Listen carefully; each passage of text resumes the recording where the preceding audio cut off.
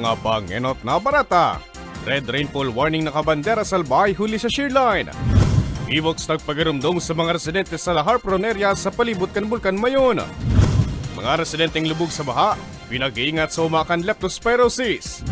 Duwang motorsiklo nagsalpukan sa siyudad ng Legazpi. Padre de Pamilya Gadan, asin.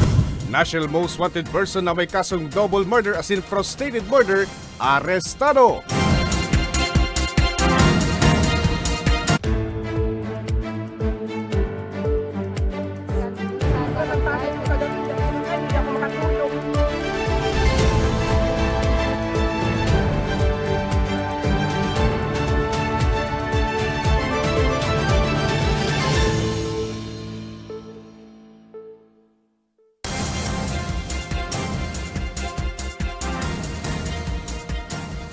Diyos maray na banggi, uni na mga baretang dapat nindong maaraman ngunya na Biyernes, Pebrero 21 taong 2025. Sa detalyes, nagkapirang residente sa Legazpi City. Agra ngayon matinding pag-uuran, huli kan shoreline. Red rainfall warning, ipigbandera na sa Albay. May report si Ariel Obeya. Saro sa mga labing apektado kan daing untok na pag-uuran ngunya na aldaw, sinanay ni makan barangay Bitano sa siyudad ng Legazpi. Sa gilid kaya kan rilis na kabugtakan sa iyang sadit na karinderya. Alagad darakan mga pag-uuran, baha namanan sa iyang pwesto. Kaya dahin naman da siya malaong pa na makakadilihensya pa ngunya na aldaw. Dako lang pong kaulangan ining baha tapos ining uran digdi sa muya kasi po ang parabakal mi, ang parakao, dahil nanalaog, lalo pa itong mga trabador sa mall, nakasapatos, hindi dahil na sila nakalaog. Wala mo silang matiti, makananggad na mamara, bakong tubig. Kaya maliyaw po ang tao na nakakalaog dito sa mo, maliyaw ng bintami. Sigun sa Philippine Atmospheric, Geophysical and Astronomical Services Administration o PAG-ASA, shearline na nagpapauran sa Kabikolan. Alagad sa aga, posibleng magluya na ang epekto kaini. Sa ngunya nakabandera ang red rainfall warning sa probinsya kan Albay, orange rainfall warning sa Sorsogon. Sa ngayon, shearline pa rin po yung nakakaapekto na weather system sa halos buong probinsya ng Kabikulan. And then pati ng Kabisayaan, northeast monsoon naman sa iba pang bahagi ng Luzon. Dugang pakan Pag-asa, daiman sinang pigbabantayan na low pressure area sa Laugasin sa luwas kan Philippine Area of Responsibility. Since magdamag na siya kahapon, so expect natin na may mga pagbabaha na talaga. So yun usually yung purpose ng heavy rainfall. Pag yellow na, kailangan antabay na tayo, meaning to say na-reach na yung threshold value ng isang lugar. Generally, yung kasi natin dito, yung approach is province-wide pa ng heavy rainfall. Although, ang mga LGU, alam yan yung may category sila sa isang probinsya, ang bawat munisipyo kung ano yung tinatawag nila na low, medium, and high in risk, especially sa pagbabaha. Nagpagirumduman ang Pag-asa sa publiko na ugaliwan ang pagantabay sa mga pigpapaluwas nindang abiso, maging kan lokal na gobyerno nga niday matarakasin mas maging handa sa epekto kan shearline. Para sa mga baratang tatak Bicol, Ariel Obeya. Phibox nagpagiramdom sa mga residente sa Lahar Prone area sa palibot kan Bulkan Mayon na maging maikmat urog nangunya na sunod-sunod ang mga pag-uuran. May report si Angeline Dagta. Nagpagirumdom ang Philippine Institute of Volcanology and Seismology o PHIVOLCS sa mga residente na nasa Lahar-prone area sa palibot kan Bulkan Mayon na maging maikmat kunya na may mga pag-uuran. Sigun sa PHIVOLCS, posibleng magkausa ni lahar flows as in muddy stream flows sa mga salog as in drainage areas ang mga pag-uuran na darakan shearline. Kabali sa mga lugar na delikado sa mga nasabing huma, iyoan barangay Miisi, Binaan, Anuling, Kirangay, Maninila, Masarawag, Mulad Bukad, Nasisi, Mabinit, Matanag, Buyuan, Basud, as in Bulawan channels. So kaninang alas 12 p.m. nag-release kami ng Mayon Volcano Lahar Advisory. Ito ay pinagbasihan namin yung Pag-asa Weather Advisory number 10 kasi within 24 hours ay mag-expect pa rin tayo ng heavy to intense rainfall. Kung magdire-diretso pa ang mga pag-uuran, posible ng gadang ibulos ang mga natambak na pyroclastic density currents o PDC kan mga pagtugakan bulkan mayon. Kan Enero sundo Marso kan taong 2018 asin kan Hunyo sundo Disyembre kan taong 2023. So far, wala pa namang lahar signals na detect yung mga seismometers around Mayon Volcano. And yung Legazpi CDRRMO ay nagpadala ng pictures and videos ng mga stream flow na nangyari sa Barangay Padang, sa Bonga and Buyuan. So yung kanina na pinadala nila ay more on muddy stream flows lamang at hindi pa ito lahar. Nagpagirumduman ang FIVOC sa local government units na magkaigwanin preemptive response kung inkasong magparakusog pa ang pigbabagsak na uran kan shear line. Para sa mga baretang Tatak Bicol, Angeline Dagta.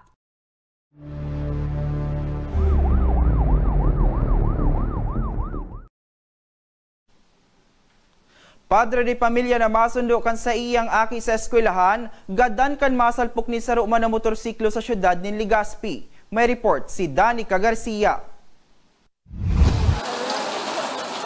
Maigos, mapinadaba, asin madiskarte sa buhay kung iladawan ni Haina ang sa iyang esposong si Eddie. Nadagos ng binawian in buhay kasuudma, makaliis na madiskwido sa pigmamanehong motorsiklo sa Barangay Tamawian, Legazpi City. Banggi ka na kaaging Miyerkules. Istorya niya, susundoon ko ta ni Eddie sa eskwelahanan sa indang matuang aki. Alagad ini na pala ang huring bes na mahihiling niya ining buhay.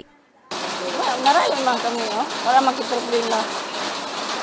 Bago na siya pabaya. Mga ko na lang. Basado naman sa investigasyon kan Legazpi PNP, huli tadai na naabutan pa kan biktima ang aki kaini sa eskwelahan, nagdesisyon na sa naining umuli. Sakay man kaini pauli ang lalaking kaklase kan sa indang aki. Alagad pag-abot sa lugar, dumana ini nasalpokan kasabata na motorsiklo. Nagluluwas man sa investigasyon na makalihis ang insidente, marikas na duminulag ang driver kan nakabanggaan kaining motorsiklo. Mantang nawalat naman ang duguan kaining backrider. Maswerte sa naman na dai napuruan ang backrider ni Eddie. Bali, in opposite direction sinda. So, ibig sabihin, head-on collision yung nangyaring aksidente. Halit duman sa itaas, susaro, pasakat ng susaro. Apwera sa parehong warang sulog na helmet, daiman ang mga ining lisensya. Since po nayaon sa muya, so sasakyan, in custody mi, i-verify mi po ini sa Land Transportation Office. Tanganin maaraman kung sisay talagang kagsadiri ka ito, despite na yung backride, dahil po siya ngunyan makauron na maray dahil igwa mo po natubo duman sa Bicol Medical Center. Desidido naman ang pamilya Esplana na magsuunad ni reklamo kontra sa duminulag na motorista. Kung yan mapang-agong niya, di siya magtago. Kuya, magpakuyan lang siya, kuyan sa pulis. Tangay maaraman kung taga-sain talaga siya, Kasi po dahil niya aram kung taga-sain siya, o niya ay na, Wala man pa kaya record so motor yata or warang plaka. Kaya man matitres kung taga-sain. Sa ngunyan, padagos pang pinagahanap kan otoridad ang duminulag na rider. Para sa mga baretang Tatak Bicol, Danica Garcia. I-trike na naghalat sa nakutanin pasahero. Basang nasanadang ng arado ng libang nakaparadang bihikulo sa Naga City. Kausa kan insidente, pigi-imbestigaran pa kan PNP. Uya ang sakuyang report. Inarado kan sarong i-trike ang libang nakaparadang bihikulo sa General Luna Street, Naga City kasubagong alas 8 nin aga. Basado sa inisyal na investigasyon, naghalat nin pasahero ang i-trike. Alagad sa di pa naaaraman na rason, bigla subot ining naging wild. Hasa sa mawaran ning kontrol ligi ang driver na nauli sa pagkakaarado sa tulong nakaparadang motorsiklo, sarong kotse, asin sarong pick-up. Maswerte sa naman na daing nalugadan sa insidente. Accordingly, sa driver, bigla dang nag-wild si i-trike niya po, And igingali nagpundo mismo sa may atubang kang gate ng police station NCPO mismo. So may mga nadanyaran pong motor. Posible naman na mahampang ang e-trike driver sa kasong reckless imprudence resulting to damage to properties. Actually, hilingon ta kung saan malaog po si categorization kanang i-trike. Kaya i-categorize po yung kang LTO tapos kung saan sindang pinampog lang pwede mag-agree. So, saro po yan sa hilingan kang investigador. Pangalawa po, ang pwede yung kampangon, reckless imprudence resulting in damage to property. Tama naman pong tao na danyaran. Katakod kan insidente, Nangapudan ng opisina kan CPO sa mga motorista na antes na magbiyahe perming pagriparuhon muna ang mga pigmamanehong bihikulo nga ni makaiwas sa diskwido. Para sa mga baratang Tatak Bicol, Hercules Barbacena. Mga residenteng lubog sa baha pinag-iingat sa umakan leptospirosis. As the national most wanted person na may kasong double murder as in frustrated murder, arestado. Yan siniba pang Barreta sa pagbabalik ng Ako Bicol Online TV.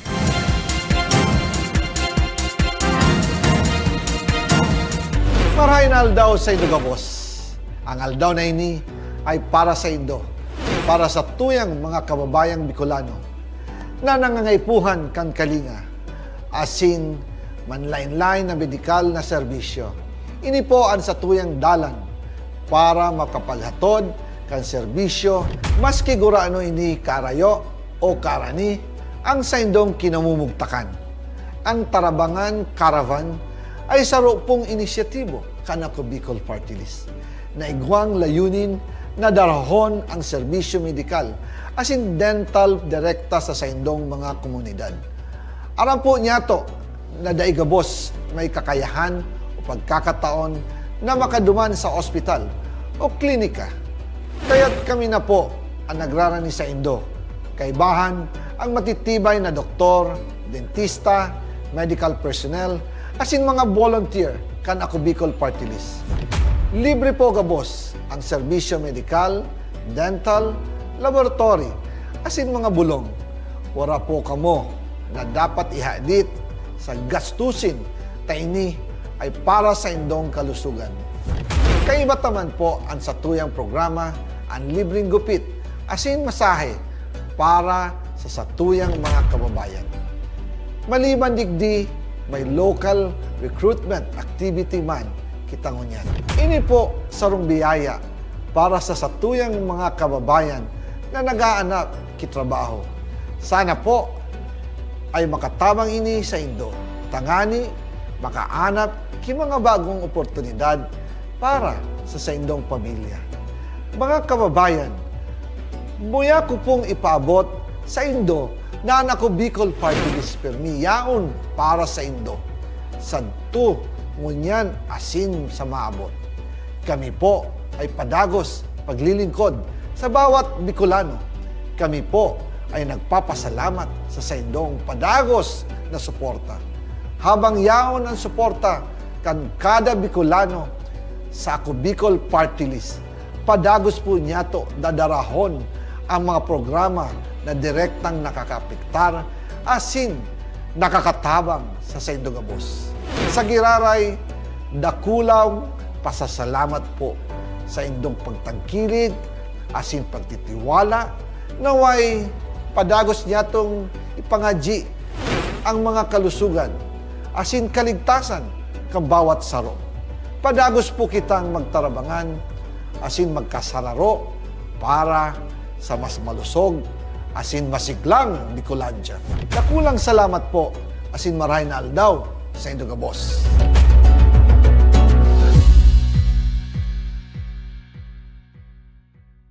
Jericho Rosales po, Bicolano. Ngunyan takaipuan, kitabang at kasurog sa edukasyon, sa kalusugan, at kabuhayan sa panahon ning sakuna. Ang Ako Bicol, katabang at kasurog ta sa pagtaoki scholarship sa mga aking na nangangaipuan. Katabang at kasurog ta sa kalusugan, kasurog sa pagpasar ni Eddie Garcia Lo. Bilang ermano ng bawat Bicolano, ang muya kong party list may plano. Kaya ang suporta ko sa Ako Bicol.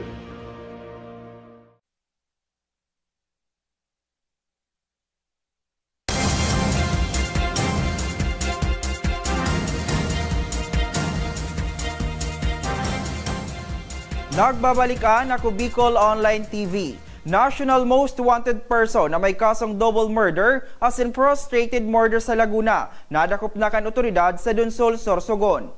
May report si May Encinares. Nasa kustodiya ng unyan kan PNP ang saro sa pagkukonsiderar na national most wanted person makalihis na madakop kan personahes kan Donsol PNP alas 10:30 kasuudmang aga sa barangay Alin Donsol, Sorsogon. Pigbiston suspect na si alias Bentong, 57 anyos na residente kan nasabing banwaan. Sigon sa PNP Bicol, 33 man na taon na pigdulagan kan suspect ang mga kaso na nakomiter kayni sa Laguna. Sa Donsol siya nagtago, ang sayang kaso baga from Laguna. So definitely ang taong nagtatago din talaga mapahanap. Nagpaabot manin pasasalamat ang PNP Bicol sa kooperasyon kan komunidad nga ni na madakop ang nasabing suspect. Tawa po magtago ang sarong subject or sarong suspitsado sa sala na tikibo niya. Dahil po matatapos ang sa indang pagtatago, makukuha man po girarin sila ng PNP. Lalo nangunyan na ang samuya pong system halos provided po ang gabos sa mga municipal police station Philippine-wide. So dahil po sinensya sa magtago. Sa presente, nasa kustodiya pa kan Donsol PNP ang suspetsado asin naaatubang sa kasong double murder asin frustrated murder. Para sa mga baretang Tatak Bicol, May Insinares. 51 anyos na paraoma na may patong-patong na kaso nin panlulugos sa Basud, Camarines Norte, napasakamot naman kan PNP, makalis na makumbinser na magsuko kan otoridad. May report si Angeline Dagta. Nasa kustodiya na kan Basud Municipal Police Station ang sarong lalaki na naaatubang sa patong-patong na kaso nin panlulugos asin pang-aabuso. Pigbisto ang akusado na si alias Oning, 51 anyos, residente kan Barangay Mampili, Basud, Camarines Norte. Alauna nin hapon kasuudma kan dakupon asin darahon ini sa nasabing hepatura, makalihis na makumbinser kan PNP asin kan mga opisyal ninda sa barangay. Sigun sa tagapagtaram kan Basud Municipal Police Station na si Police Lieutenant Maria Cecilia Tagala, duwang kaso nin rape, sarong kaso nin rape through sexual assault, asin 5 kaso nin acts of lasciviousness ang kinakaatubang kan sospek kung sa inbiktima kainian sa iyang 14 anyos na stepdaughter na enterong nakomitir niya kan nakalihis na taon. Kinumbinsi po yung tao na sumuko na. So kasama po yung ating barangay council sa tulong po nila. Pagkaumaga po, kasama na po yung barangay council at saka po itong akusado ay pumunta na po sa ating pong police station at sumuko na po. Nasa kustodiya pa kan Basud MPS ang sospek para sa magkakanigong disposisyon. Yung magulang at yung bata merong openness. Kumbaga, nakakausap nila ng personal yung bata, kung anong problema sa school, kung anong problema sa mga nakakasalamuhan niya na tao. Kumbaga, open dapat yung magulang at saka yung anak, lalo na pag ang anak po ninyo ay babae. Isa pa, ituro ninyo yung tinatawag nating safe and unsafe touch. Mientras tanto, padagos man na pigpapasairarom sa counseling ang biktima. Para sa mga baretang Tatak Bicol, Angeline Dagta. Mga residenteng lubog sa baha, pinag-iingat kan Department of Health Bicol sa huma kan leptospirosis urog nangunya na may mga pag-uuran. Mga sintomas kan helang asin mga dapat gibuhon nga ni makaiwas digdi, aramon sa report ni Danica Garcia. Tuyong tag-uran, minaapaw man ang tubig sa mga imburnal sa Barangay Victory Village sa siyudad ng Legazpi. Kaya ang residenteng si Nanay Gia, dainanggad pigtutugotan na magluwas ang sa iyang 6 anyos na kanguda na aki. Bako dahil sa pag-inarte, kundi bilang pag-iingat sa mga helang na pwedeng makuha sa mga panahonin pag-uuran arog na ngani kan leptospirosis. Ang tigigibo ko po sa aki ko, ang aki ko basara mo sa dayot. Dahil ko lang siya tiga pa sa lusong sa tubig. Tapos ako, kung sakaling maluwas man ako, siguradong dapat nakabuta. Buda, tigiwasan ko ang mga tubig na mga rog kayan. Makinoon baga digdi sa... Grabe din ang kino, matakot ka na sa so ilang na anuhan mo. Tapos kung halimbawa na dudumog ba kami kang sisabon tulos ang bitis, igugas ang tubig na may sabon, tapos ibubang ki alcohol. Dugang pa niya, ultimuan sa indang lababo, permi niya ng gadpig siguro na daing nakatambak na mga hugasan. Hulita syertong aagihan ng gadininin mga kino. Kami naguwalat ki ugasan baga sa lababo. Tapos ang mga inubakan sa mga tadang maluto, tigkaragmen sa plastic. Tapos kung dahil man na itatapok, tiglulukutan mo yan, tigkaragmen sa safe bagang laugan. Nganing, ang kinubago niya, gariman tawo, nakabungkal na kay kagigibo mi kayan, sisipti mi ang kimaray. Nganing dai bungkalong kang kino. Sigon sa Department of Health Bicol Center for Health Development, ngunya na panahonin tag-uran asin baha, kasabay kan sa tuyang kaligtasan, kay puwan taman pangatamanan ng sa tuyang salud. Kaya kung naglabto sa baha, kay puwan anggad na makapareseta o magtumarin doxycycline, nga ni makaiwas sa leptospirosis. Alagad, dapat na makapagkonsulta muna sa pinakaharaning health center para sa mas tamang reseta nin bulong asin abiso. Ang leptospirosis sarong bacterial infection na nakukuha o hali sa ihi nin kino, ayam, baka, asin iba pa. Pira sa mga sintomas kanhelang, iyon pagkakaigwanin kalintura, pagtakig, pagkulog nin payo, pagkulog kan kalamnan, pagkakaigwanin pantal, mapulang mga mata, pagkulog kan tulak, asin pagsuka. Pwede sir na mamatean ang mga sintomas na ini. 2 aldaw hanggang 4 na semana pagkatapos na malantad. Pira sa mga paagi nga ni makaiwas sa helang, iyo ang paghugas ng bitis kun hali sa tubig baha, iwasan ng paglangoy o paglamutaw sa tubig baha, asin mantiniron ang malinig na palibot. Para sa mga baretang, Tatak Bicol, Danica Garcia. Asin yan ang kateriponan kan mga baretang naguno kan ako Bicol News Team. Ako po si Hercules Barbacena, asin happy weekend.